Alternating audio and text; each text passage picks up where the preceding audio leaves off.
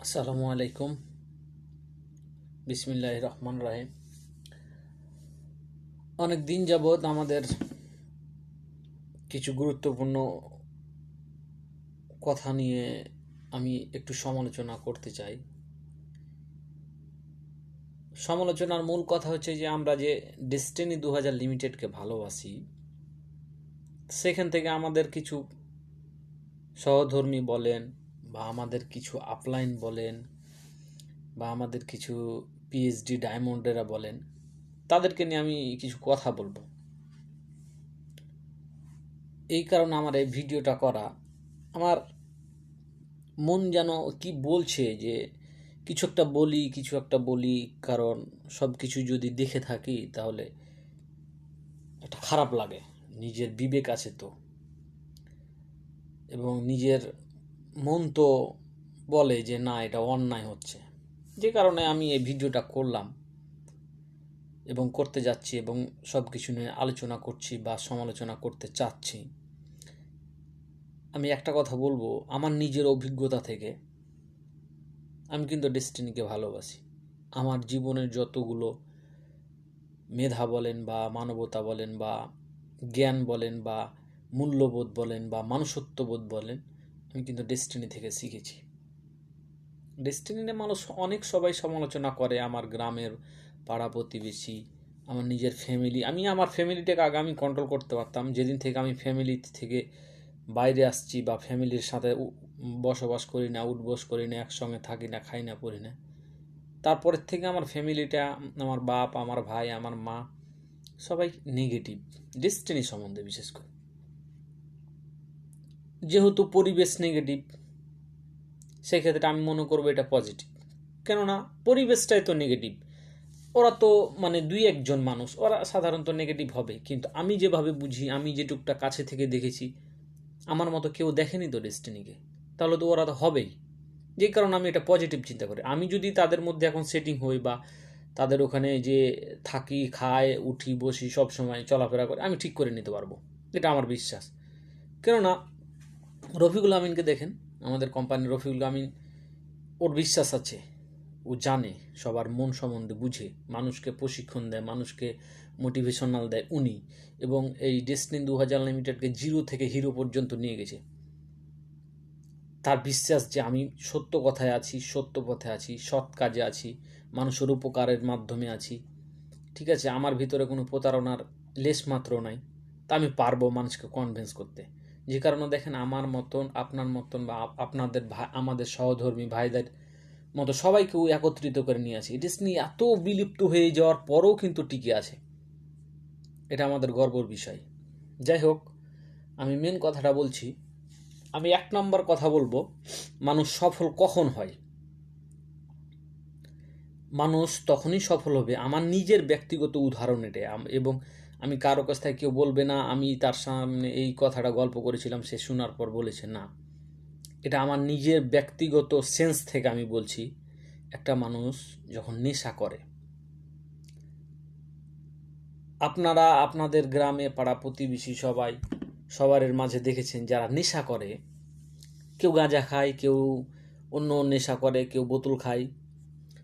তো যারা নেশা করে তাদের একটা ধান্দা থাকে যে আমার নেশাটা পাইতে হবে। কিভাবে পাবো আমি জানি না, তবে ওর একটা সেন্সে মাথায় ধরে আমার নেশাটা লাগবে। সকাল থেকে সন্ধ্যার পর, যখন সন্ধ্যা হয়ে যায়, তার একটাই ধান্দা, সে নেশা করবে। তাকে যদি আপনি নাড়ি দেন, সে মোটিভেটেড না। তাকে যদি বাড়ি দেন, সে মোটিভেটেড না। তাকে যদি টাকা দেন, সে মোটিভেটেড না। ওর একটাই উদ্দেশ্য, যদি গাজার পুরিয়া হয় বা এতটুকু এক প্যাকেট হয়, 50 টাকা বা 30 টাকা বা 40 টাকা, তার সেন্সে ওটাই তার ফোকাস, তার দৃষ্টিভঙ্গি, ওই প্যাকেটটা সে নিবে বা ওই বোতলটা সে নিবে বা ফেন্সি ড্রিঙ্কটা সে নিবে। এক কথায় বুঝে নেন।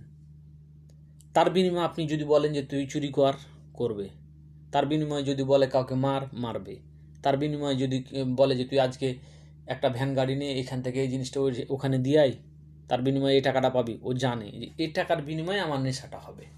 আমি দেখেছি। অথচ তারা পরিশ্রম করে না, তারা দিনমজুরের মতো রেগুলার খাটে না, তারা কোনো চাকরি করে না। দেখেন তারা সন্ধ্যা লাগতে লাগতে তাদের নেশাটা পূর্ণ করে।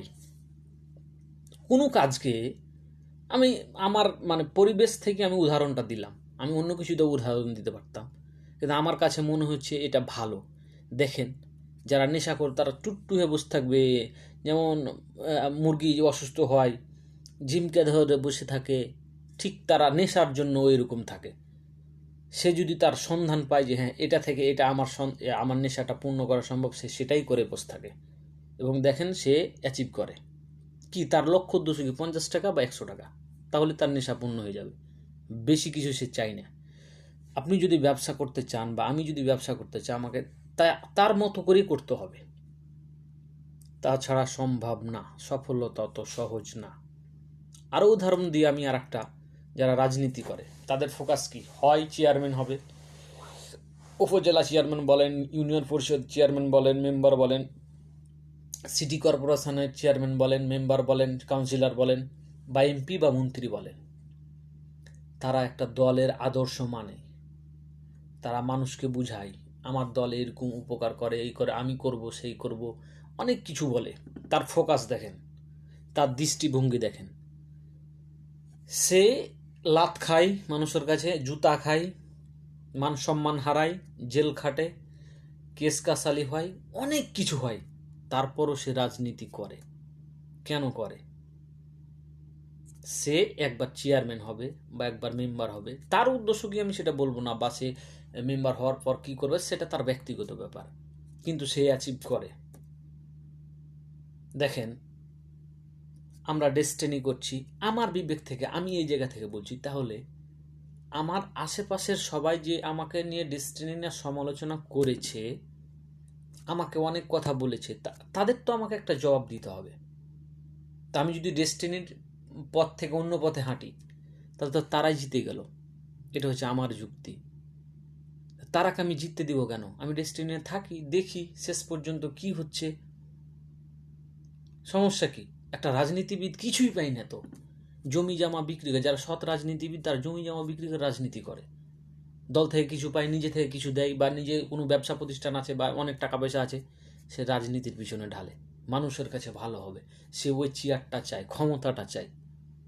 তাহলে আমার কথা হলো, আমি ডেস্টিনিতে তো আমি তাদের মতো 5 বছরের ক্ষমতা না,